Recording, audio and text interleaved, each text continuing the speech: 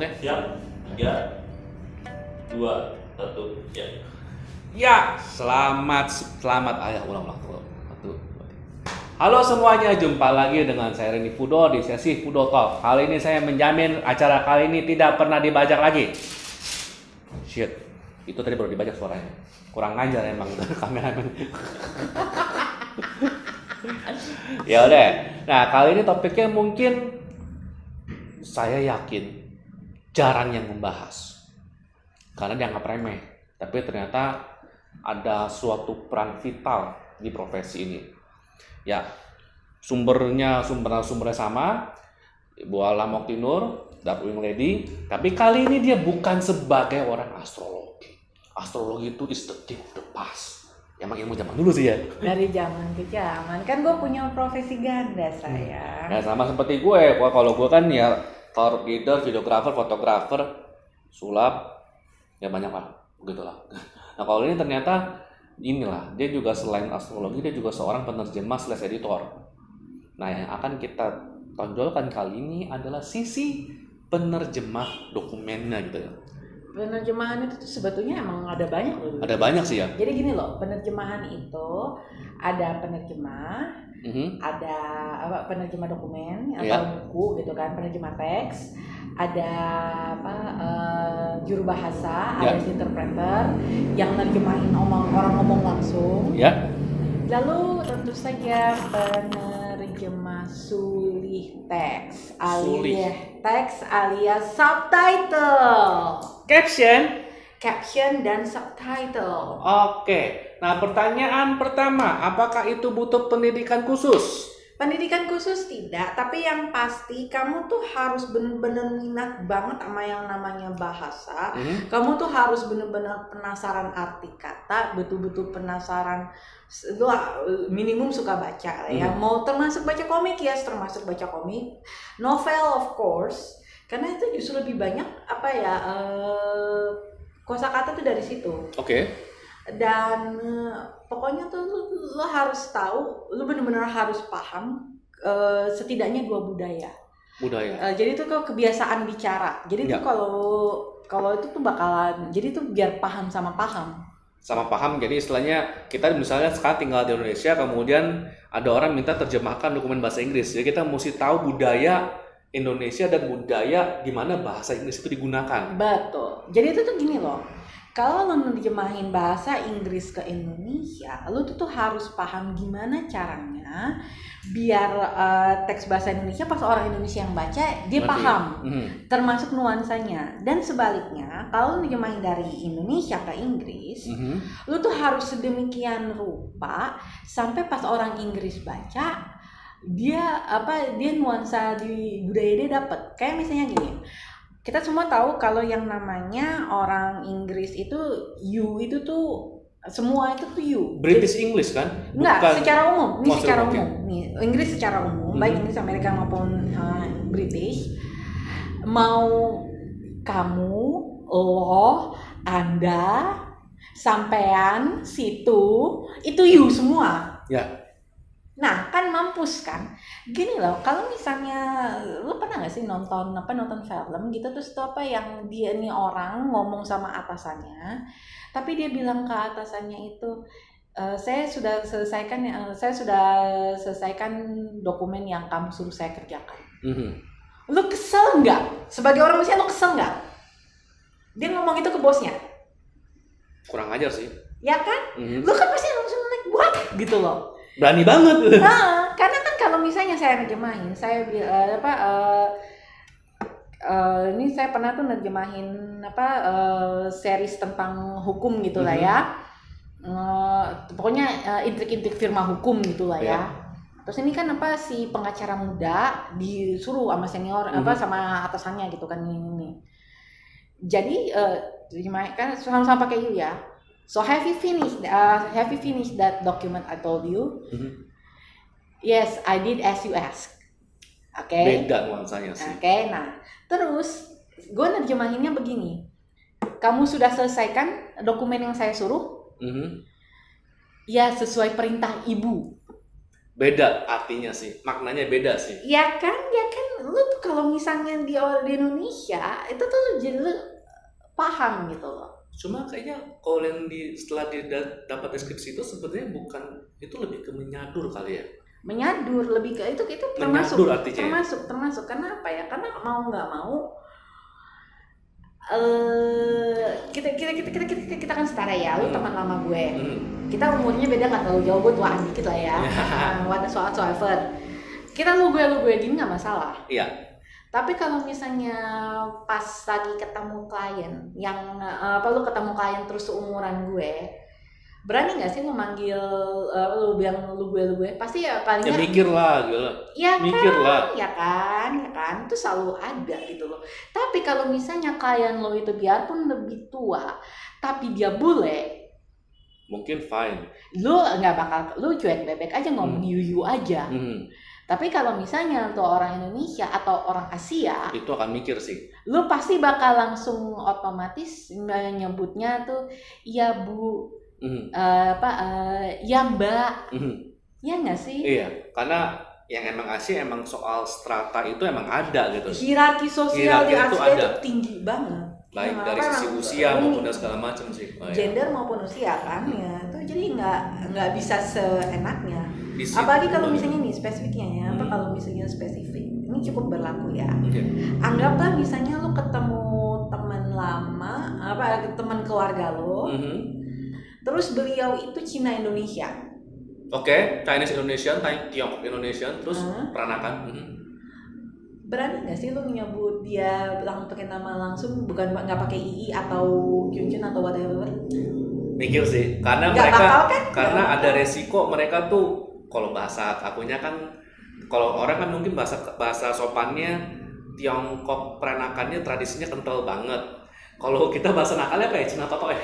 Ya begitulah, nggak mau Cina Toto maupun Cina peranakan. Tapi kalau misalnya lu ketemu yang bahkan tuaan dikit dari lo, agak mikir sih. Lu bukan agak mikir lagi, Mikir lu banget. otomatis akan langsung bilang iya kok, nggak akan iya ci, ya kan, ya i. Mana ada lu berani ngomong tuh sesial-sialnya. Kalau misalnya gue sekalipun ya, gue karena nggak tahu istilahnya, gue pasti akan tetap bakal bilang iya tan, iya bu, gitu kan, iya, jadi begitu kasusnya kok, jadi seperti gitu mas, setidaknya. Jadi biarpun bahasanya beda, istilahnya beda, tapi karena gue menunjukkan kepahaman bahwa cara ngomongnya seperti itu kan yang paling krusial ya. Jadi dalam penerjemahan itu sebenarnya krusialnya tuh di satu sisi emang menerjemahkan menjadi sesuatu yang kita mengerti, tapi di sisi lain yang ternyata tidak kalah pentingnya, dia mentranslasikan persepsinya supaya persepsinya biar sama, karena itu memang intinya kan adalah gimana caranya gue memaksudkan A, terus lawan yang dengar atau yang baca itu tuh menangkapnya A bukan AA, bukan AZ, bukan whatsoever. Benar-benar sebisa mungkin sama persis dengan yang budaya asal maksudkan. Jadi kalau misalnya gini, anggaplah misalnya yang gue misalnya gue punya klien bule, ini kita anggap kita bertiga lah ya. Terus gue ceritain memperkenalkan lo sebagai fotografer kepada kepada beliau kan, gue kan pasti kalau kalian bule, gue pasti bakal bilang yes sir, this is Randy, he's a photographer, he using ini, ya kan. Sementara tuh terus kan dia ngomong ke gue ya saya maunya kamu bikin adegan ini, jadi gini Ren, dia maunya gini kan, karena anggap bisa ternyata gue nggak tahu apa yang dia omongkan. Jadi dirimu menerjemahkan sebisa mungkin supaya maknanya sama gitu. Betul. Jadi kan misalnya jadi gini kan, ini tujuan kali ini tuh dia mau presentasi tapi dia maunya non formal. Dia maunya gimana caranya biar kita itu tuh lebih banyak chatnya, lebih banyak pertukaran idenya, brainstormingnya misalnya. Jadi terus kan Tapi kalau misalnya gue nerjemahin yang gue ajak presentasi itu tuh say fotografer senior, pasti gue bilangnya adalah jadi begini Pak, Mister ini dia mengharapkan Bapak mengaturkan suatu presentasi yang informal dengan ini. Oh, tergantung berarti kliennya juga profilnya seperti apa. Tergantung kan, karena kalau misalnya gue merepresentasikan lo kan gue ngomong ke lo bisa ngabrak kayak begini. Iya. Kalau misalnya ternyata adalah lo orang yang biarpun lo kan lebih muda dari gue dikit ya, lo lebih muda dari gue tapi kita klien yang belum makan, gue pasti bakal bilang gini. Jadi gini Ren, Bapak ini maunya begini. Yeah. Masuk di akal.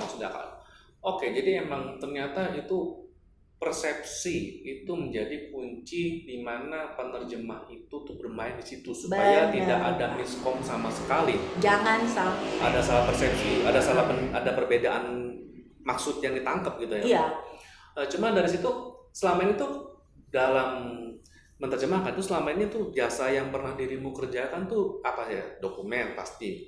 Novel pernah. Komik, manga pernah. Komik manga nggak.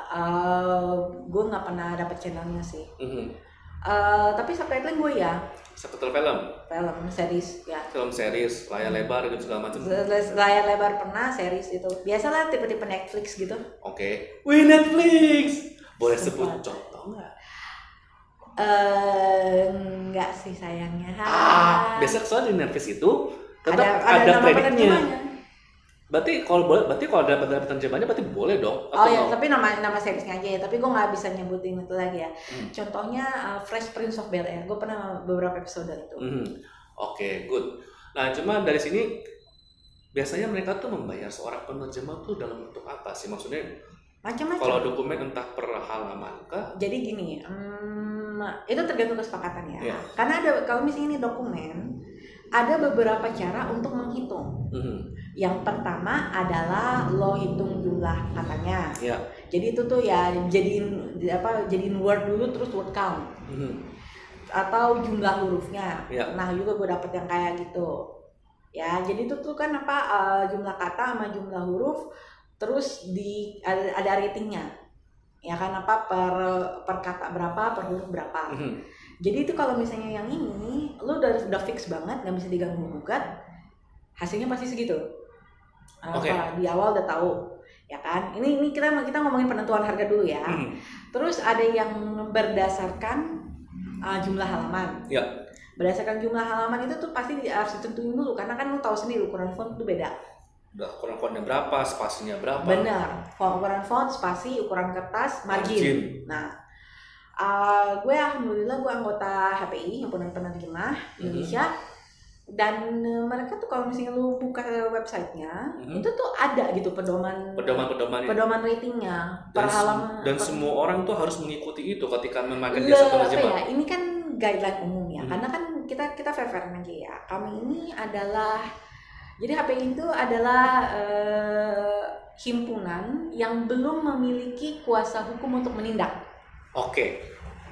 Ya, jadi itu ini paling kami bisa, kalau misalnya ada yang melanggar kode etik, kami cuma bisa menyebarkan ke kiri dan kanan adalah ngeviralin, kalau ini penerjemah di blacklist, karena ini orang begini-gini. Tapi kalau misalnya untuk menindak tidak, kami bahkan belum sekelas Prozee, belum sekelas Translators Cafe. Kalau misalnya itu, tapi paling tidak ada ujian bahasa, ujian kemampuan berbahasa, ujian penerjemahan, dan itu diadakan tiap tahun biasanya ya sekitar Septemberan sampai November, gue nggak ingat.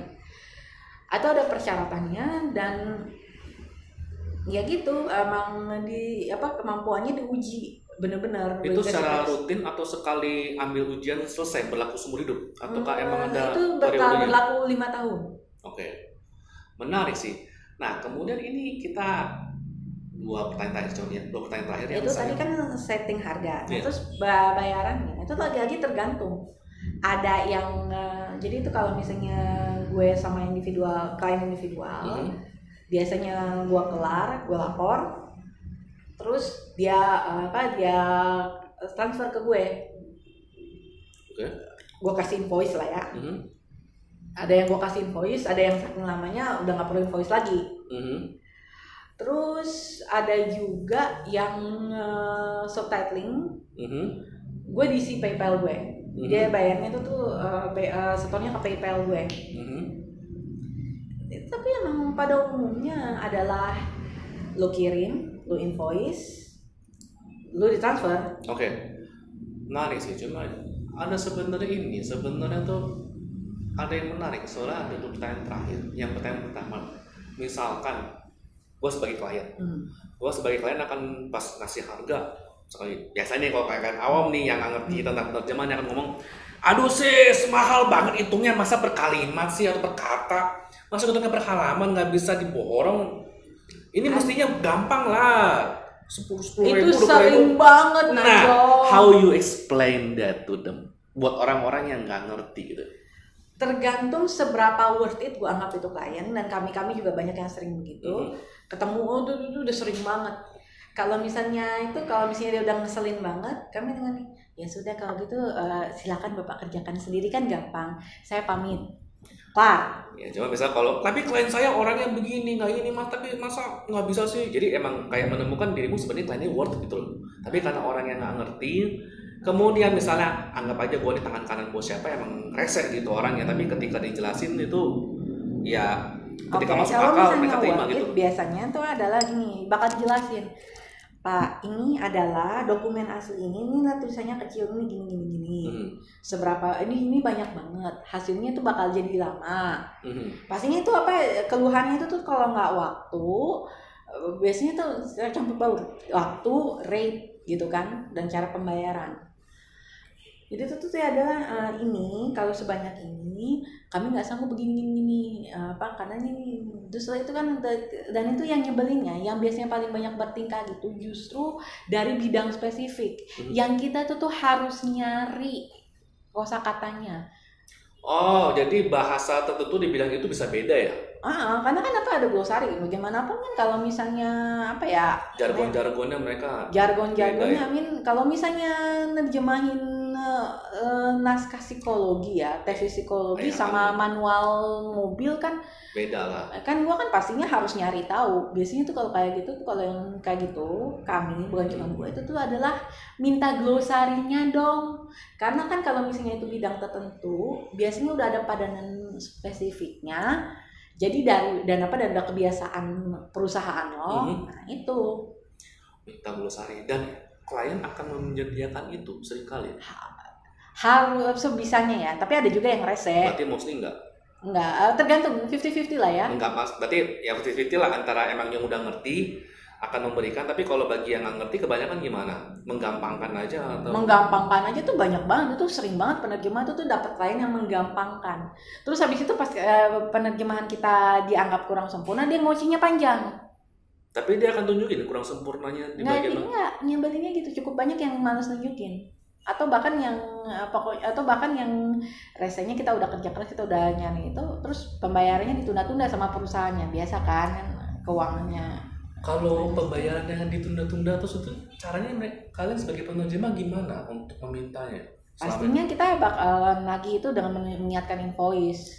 Nah, soalnya aku ada beberapa temen yang juga penerjemah segala macam, belakangan juga ngomongnya sama, diminta menerjemahkan dokumen atau apa, sudah ada kontrak, sudah tanda tangan, tapi pas pembayaran tuh lama gitu. Itu atau kadang-kadang pas telepon tuh juga pura-pura nggak diangkat gitu. Mau nggak mau tuh emang harus ngeyel, harus terus menerus, atau bahkan mengikhlaskan. Lihat dulu, karena memang ada cukup banyak orang yang sengaja itu menipu penerjemah. Padahal ya kita nggak sebut, tapi itu ada di penerbit buku, salah satu penerbit buku yang besar loh. It happens. Ternyata dan mereka emang sih ngambil penerjemahannya memang outsourcing, bukan karyawan dari mereka. Nah, yang outsourcing ini nih yang sering kena nih gitu loh. Justru itu kan outsourcing inilah gampang lah, itu tuh harus hati-hati, kan ini memang termasuk resiko pekerjaan. Resiko pekerjaan, berarti kita sebenarnya kalau yang sudah baru kerja sama dengan perusahaan itu ya setidaknya kita cari tahu dulu ke sesama penerjemah, ke himpunan penerjemah ini company profilnya seperti apa, apakah pernah ada macet bayar atau enggak. Dengan thanks to Google ya cukup banyak tuh yang gampang itu tuh adalah kita cari namanya apa, kayak baru-baru ini gue mendapatkan email tawaran dari sejenis gereja lah ya, Holy Church of God gitu lah, whatsoever lah ya. Dan kan gue nanya ke senior gue ini, kok saya bad feeling ya, ini legit nggak sih? Terus dalam hitungan menit itu para senior yang di WhatsApp grup itu yang namanya di Facebook grup itu tuh pada langsung jawab, oh ini palsu, ini cari aja di Google. Dan ketika di Google ternyata memang ada kasus banyak bahwa dia banyak menipu penerjemah, menjanjikan pekerjaan besar. Hati-hati adalah bahwa seringkali orang menjanjikan pekerjaan besar beratus-ratus ribu kata, tapi harganya per kata itu cuman $0.50 lah atau 50 sen. Gila, jangan. Itu udah jenis penipuan. Kan kita volumenya gede, kan kita borongan. Ayolah diskon Kak, gitu kan. Nah, please kalau ketemu yang kayak gitu, buat. Berarti ini forumnya ada kah? Forum atau soalnya gini? Ada. Soalnya begini, untuk yang kayak gitu-gitu, untuk sampai kayak gitu kan pertama kita bisa Google profile company gimana. Tapi ini kan kebutuhan spesifik di mana orang menerjemahkan mendapatkan klien yang menurut dia ini masih baru bagi dia. Nah, cross checknya ini apa selain grup WhatsApp itu dan Facebook? Facebook. Oh, grup Facebook ada? Ada. Grup Facebook. Bisa tolong sebutkan grup Facebooknya apa? Iya, cari aja Facebook Himpunan Penerjemah. Himpunan Penerjemah Indonesia. Himpunan Penerjemah Indonesia. Betul. Oh, kalau grup Facebook udah lebih gampang sih. Soalnya kalau forum kan mungkin masih agak susah sih. Cuma grup Facebook Himpunan Penerjemah Indonesia ternyata ada. Ada. Saat ini membernya kira-kira banyak sih, ribuan dari seluruh Indonesia lah. Dan kita bisa bertanya di situ, apakah kliennya legit atau enggak? Bisa. Menarik. Bisa kita titipkan nanti ke Mas Raf dan Mbak Nova nanti. Yang gitu ya. Nah, cuma dari situ, pertanyaan sebenarnya dua sih. Pertanyaan terakhir, ada nggak sih kejadian lucu ketika dalam ilmu menerjemahkan atau yang berkesan gitu? Sama sebenarnya mau nanyakan, why you choose that career? Nah itu sih. Oke, kalau misalnya kejadian lucu, oh ya itu, gue tuh pernah jadi freelancer buat agency ini satu. Jadi kan lo tahu kan bahwa kadang-kadang tuh pola bahasa Inggris tanggal tuh di belakang, ya kan? Atau apalah gitu. Tahun, bulan, tanggal. Pokoknya tuh adalah gue pindahin, pokoknya nggak sama persis sama Inggrisnya. Jadi itu tuh dari bahasa Inggris ke bahasa Indonesia, gue pindahin biar lebih enak dibaca, Oke. Terus itu orang nggak ada angin nggak ada hujan mendatangi rumah gue. They know your address. Ya, terus mendatangi rumah gue, Pak. Sini saya ada yang harus saya bahas. Kok ya, Pak, ini ada yang salah kan, panik gitu. Nah nih, ini kok bisa bisa berbalik begitu? Nggak sama persis. Biar lebih gampang dibaca, Pak. Jadi dia tuh harus saklek sama persis, kan gue sakit kepala. Mending kalau misalnya salah makna doang. Tapi kan cukup banyak tuh klien sama editor yang suka sok lucu. Sok ide. Yang gini deh ya Pak. Sometimes, jadi ini kan misalnya istilah kadang-kadang. Ya, kadang-kadang itu kan bisa sometimes, seldom. Bukan. Kalau jarang, anggaplah, karena saya lupa sinonimnya. Jarang itu kan bisa pakai rarely, bisa pakai seldom. Ada loh yang bener-bener senengnya pakai seldom terus ngomel-ngomel karena dipakai rarely. Ada. Wow, ada service detail. Kalau ada service detail itu kenapa dia tidak menerjemahkan sendiri? Seriously, gue cuman yang dude, itu masalah style. Kalau cuma masalah style sama isinya sama, ya bodo amat lah. Oh, sometimes, seldom, rarely, occasionally. Ya. Ya kan apa sometimes atau occasionally itu kan terserah mau mau terkadang itu kan. Bisa sih kayak gitu. Nah sekarang gitu. Terus ada satu lagi itu apa ya? Jadi dari orang yang sama, dia itu ngomelin teman gue penerjemah bahasa Jepang karena tidak menerjemahkan nama majalah. Memang idealnya tidak diterjemahkan kan? Itu kan nama majalah itu kan nama diri kan, nama ngapain lu terjemahin gitu loh? Iya. Kan kocak banget. Jadi itu tuh apa Shonen Magazine. Aha. Nah, jadi itu diterjemahkan majalah shonen. Iya. Terus itu kan itu harusnya Youth Magazine.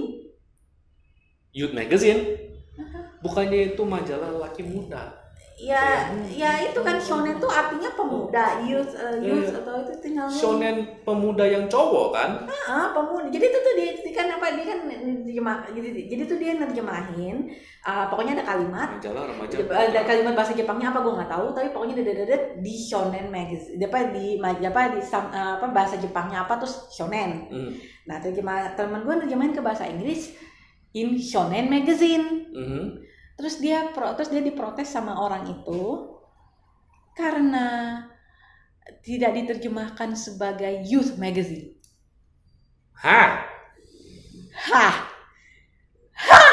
Ya, exactly. Kenapa? Iya. Youth Magazine. Kenapa nggak sekalian Youth Man Magazine? Yang Man Magazine atau something like that ya. Karena kebetulan karena shonen shoujo ya, dia kan ada ini kan ada cewek. Nah kan tinggal gue bengong aja pas teman gue curhat kayak gitu. Ini ada satu lagi goblok editor. Editor kayak goblok. Nggak, masalahnya gini, ini adalah karena nih bahasa Inggris yang benar-benar itu banget.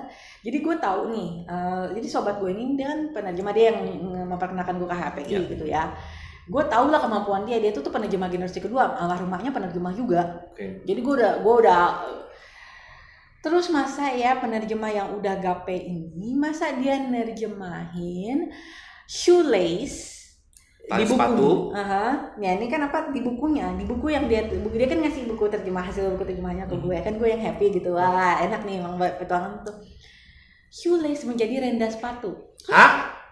Kan gue kan yang sakit hati, gue tanya ke orangnya kan, ini gimana sih editor kamu kok shoelace jadi renda sepatu? Mungkin Google Translate.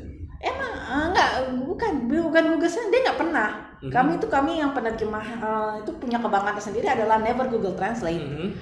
Itu tuh adalah gue ini penerjemah yang udah senior yang apa ya, seangkatan gue lah ya, udah lumayan lah.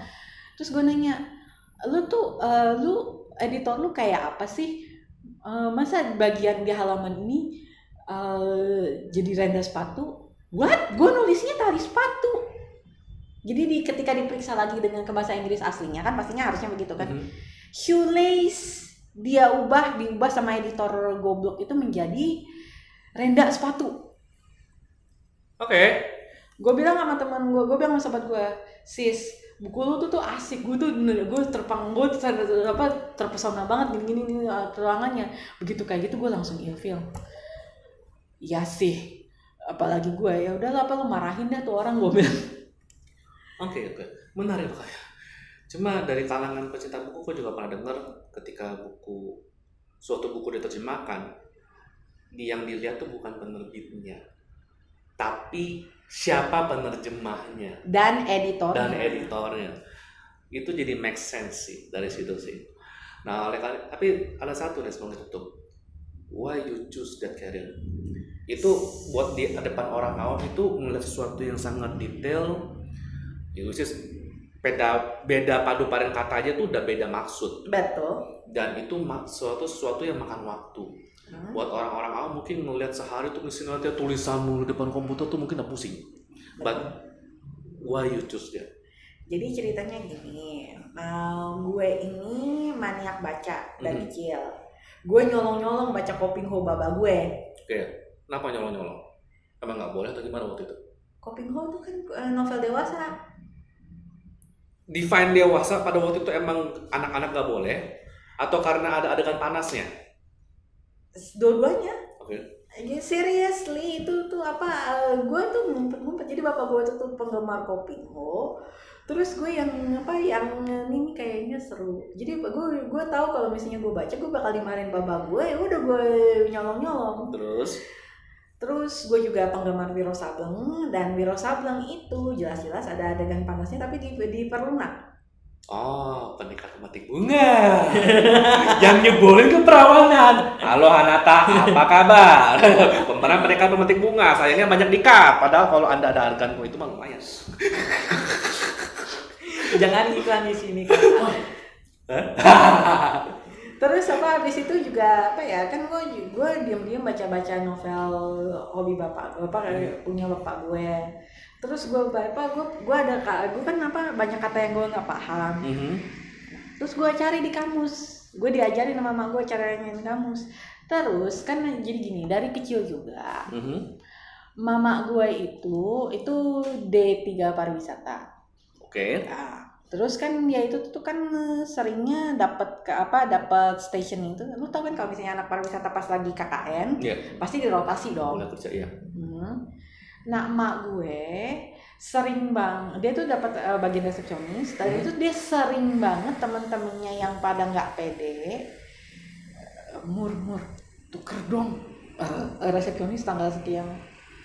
Nah gue resepsionis tanggal sekian nih, lu bisa tuker nggak apa yang tuh? Seriously, jadi kan gini makin ya lu tau lah Allah bisa karena biasa mak gue makin pintar, temen-temennya makin begitu gitu. Nah makin nggak bisa ngomong. Dan satu hal yang diperhatikan mak gue ketika dia buka buku tamu. Ini orang-orang dari Perancis, dari Jerman, dari Cina, Jepang, Korea, yang dia kan waktu itu di Hotel Indonesia prakteknya. Mereka itu punya bahasa sendiri dan mereka tuh bangga akan bahasanya. Tapi pas ke Indonesia, mereka pakai bahasa Inggris.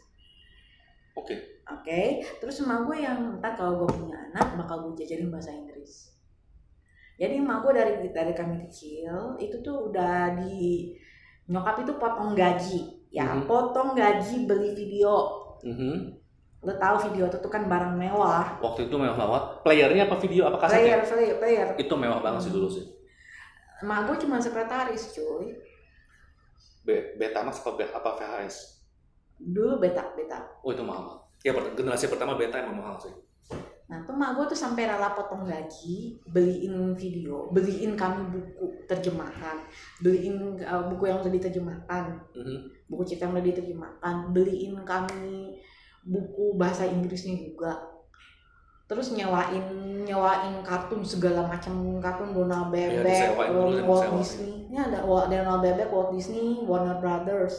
Terus pada zaman itu juga acara di TVRI itu ada Sesame Street, ada Magnet, ada Blue's Clues. Nah, udah kan jadi itu udah terbiasa biarpun grammar itu yang mungkin acak adut tapi gue baru belajar tata bahasa Inggris itu tuh pas dewasa, pas gue mencoba mau ngelamar jadi guru les bahasa Inggris. Oh, jadi setelah kuliah atau setelah menempuh pendidikan tuh baru belajar, setelah pendidikan beres baru mulai belajar tata bahasa. Tapi sama itu dari gue SD sampai kuliah bahasa Inggris gue nilainya bagus luar biasa. Iya dong, karena kan gue sudah terbiasa dengan pola kalimat. Polanya. Dan gue kosakata gue bagus banget karena gue emang maniak baca, terus gue cari tahu arti katanya. Dan kemudian juga gue tonton itu Sesame Street BBC. Oh ya benar, BBC Follow Me, Electric Company. Dia caranya lurus cuy. Kalian nggak mau tahu gimana caranya saya atau gue bisa menguasai bahasa Inggris. You don't want to know. Jangan bilang you slept with a lot of British. No. I read a lot of English since senior high school. Okay. But there is another story why I can read it so much. I eager to read it so much. In every lesson. Masalahnya kalau misalnya gue belajar bahasa Inggris di sekolah itu kan dari zaman SMP. Dan itu adalah kalau gue dengan penjelasan guru, kepala gue makin sakit. Nah, kalau gue waktu itu bisa ngebaca dari pelajaran apapun gue tuh bisa baca. Nah itu dia, sementara kalau misalnya gue cuekin gurunya, gue baca, oh gue paham ini, gue gampang isinya. Nah, kasih tahu ya. Udah kasih tahu aja kalau penasaran sih. Gue sih Gue bisa baca Inggris. Lu tau lah ada banyak cerita-cerita anime apa segala macam. Ada fanfiction ya. Oh, baca fanfic. Ada fanfiction ya. There's a lot of English fanfiction version. Banget. Banget kan. Ya dulu Kaketa Sakura, Evangelion, Rurouni Kenshin, whatever. Oh iya. Emang What I read is hentai. betul. Hot steamy version fanfiction. Hidup Jadi- lemon. Nah, kemudian gua print dalam kertas ukuran tulisannya 4-5 dibuat 4 kolom di A4. Jadi di pelajaran sekolah saya tidak mungkin disita. Isinya satu berlembar-lembar kertas 4 kolom ukurannya 4 fontnya 4-5 dan kebanyakan dulu kan pada waktu kan kurang bisa bahasa Inggris ya. Emang. Dan bukan visual. Ya jadi after that ya sambil baca ketika kalian mood baca tulisan cetak stencil. Basically itu cetak stencil. Ya emang sih. Dan I've done that like 6 years. Jadi sambil daripada bosen kan ya stencils. Dan ketika kuliah pada bingung. Wow, your English is very good. How come? And all women, I mean all girls at that time nanya kok bisa ya? Lu gimana cara baca? Dan yang nonton dan yang nanya itu semua tuh adalah orang-orang yang religius. Saya terinspirasi kok kamu bisa. Wanita religius yang tiap hari ke gereja, tiap itu tuh inget sholat ke vihara pas itu pada lu hebat Inggrisnya gimana ceritanya? TOEFL lu oke, listening lu jago. How come? Mengingat novel yang gue baca juga kebanyakan apa kan koleksi bapak gue, berarti kan itu saja crime novel, crime novel itu bokap gue tuh penggemar crime novel dan tentu saja itu dewasa. Terus gue kasih tahu saja. Dalam hal itu kita serupa karena sini Sheldon bahasa Inggris itu jauh Lebih gila. Tahu sih, jauh. Dan gue sekalian apa ya? Gue tuh English ed merangkap sex ed dari sini Sheldon. Nah makanya dari situ sih. Ya kadang-kadang ada cara yang tidak terduga. Which is kebetulan benang merahnya sama. Kita belajar dari sesuatu, membaca sesuatu yang sebenarnya ditujukan buat dewasa, bukan buat remaja, bukan buat anak-anak sebenarnya. Dan gue sendiri belajar bahasa Indonesia yang bagus bukan cuma karena apa ya? Karena buku anak-anak, buku cerita anak-anak tahun 70-an itu, tahun 80-an itu tuh bagus-bagus, kecil-kecil, tipis-tipis tapi bahasanya bagus, jelas. Dan tentu saja Kopingho itu kan master writer. Lu mau ngomong apapun Kopingho Turutin. itu. Kopingho itu nggak ada duanya. Gue tuh jadi asal tahu saja. Gue bahkan belajar kayak sex ed, belajar bahasa Indonesia, etika itu tuh dari Kopingho. Jago sih. Ya. Belajar loyalty itu Dari Kopingho. dari Kopingho. Loyalty, persistence, segala pokoknya tentang kesetiaan, tentang sifat pantang menyerah, tentang kehormatan dan harga diri. Itu Kopingho yang ngajarin gue, cuy. Ya, ngerti. Oke, sebelum kita tutup, satu kalimat soal penerjemah itu gimana? Gue itu kan karena bahasa Inggris gue bagus. Terus kan waktu gue sekitar SMA, mama gue itu tuh kan sebagai sekretaris kan pasti disuruh nerjemahin manual karena kan beliau kerja di perusahaan internasional. Anak perusahaannya Heineken.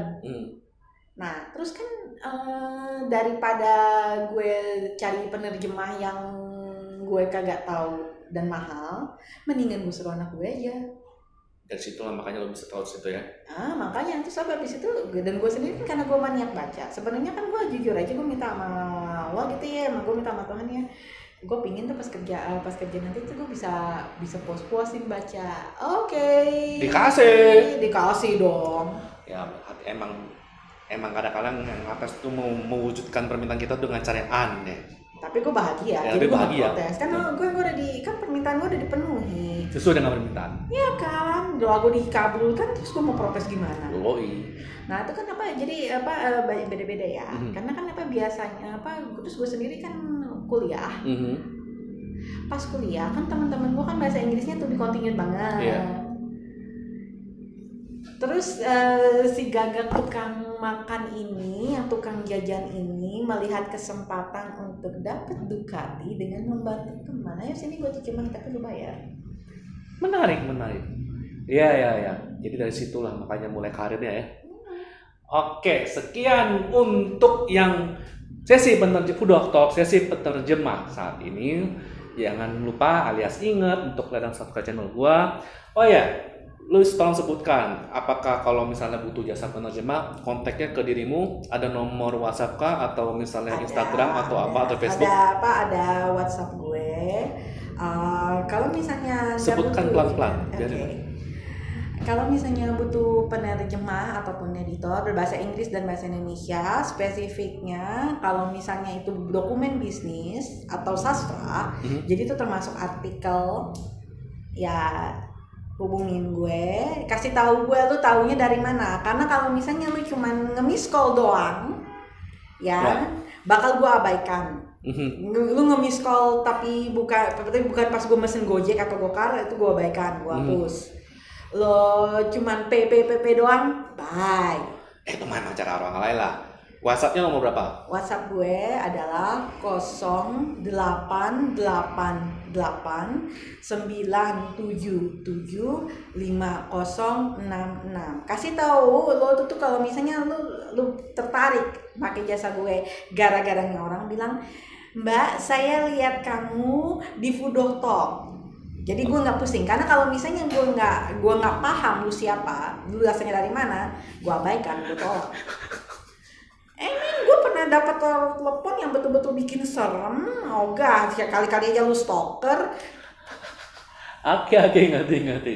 Jadi pasti bakal setiap itu berapa kali tuh klien tuh gue telepon gitu, terus gue angkat, terus gue itu ini dulu, halo, ini ini. Kadang-kadang orang pakai nama tengah gue ya, Bopi atau Boalam. Nah, oke. Benar. Siapa ya? Penerima? Iya, benar. Tahu saya dari siapa?